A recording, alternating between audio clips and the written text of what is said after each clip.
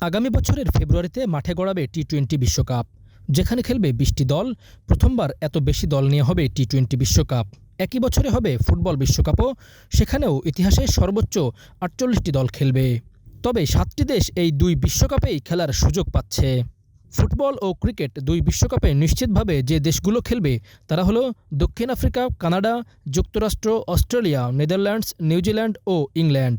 দুই খেলাতেই নিয়মিত অংশ নেওয়া দল থাকলেও একই বছরে দুটি বিশ্বকাপে জায়গা করে নেওয়া দেশ সংখ্যা এত সীমিত হওয়ায় বিশেষত্ব তৈরি করেছে। ফুটবল বিশ্বকাপে এই ৭ দেশের অবস্থানও ইতিমধ্যে নির্ধারণ হয়েছে। দক্ষিণ আফ্রিকা রয়েছে এ গ্রুপে, কানাডা ও যুক্তরাষ্ট্র বি গ্রুপে, অস্ট্রেলিয়া ডি গ্রুপে, নেদারল্যান্ডস এফ গ্রুপে, নিউজিল্যান্ড জি গ্রুপে এবং ইংল্যান্ড পড়েছে এল গ্রুপে। ফুটবলে ৪৮ দলের বড় আসর হওয়ায় বিভিন্ন গ্রুপে ছড়িয়ে পড়েছে দলগুলো। ক্রিকেট বিশ্বকাপে তারা খেলবে ভিন্ন ভিন্ন গ্রুপে। দক্ষিণ আফ্রিকা ও কানাডা রয়েছে ডি গ্রুপে, যুক্তরাষ্ট্র ও নেদারল্যান্ডস খেলবে এ গ্রুপে, অস্ট্রেলিয়া আছে বি গ্রুপে, নিউজিল্যান্ড ডি গ্রুপে এবং ইংল্যান্ড খেলবে সি গ্রুপে। আগামী বছরের টি-20 সংস্করণে অংশ নিচ্ছে মোট ২০টি দল, যা বিশ্বকাপের ইতিহাসে সর্বোচ্চ।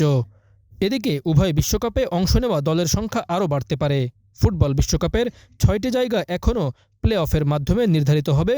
সেখানে লড়াইয়ে আছে ইতালি, নর্দার্ন আয়ারল্যান্ড ও জামাইকা। এদের মধ্যে যে কেউ ফাইনাল রাউন্ডে উঠতে পারলে দুই বিশ্বকাপে অংশ নেওয়া দেশের তালিকায় যোগ হতে পারে আরও নাম।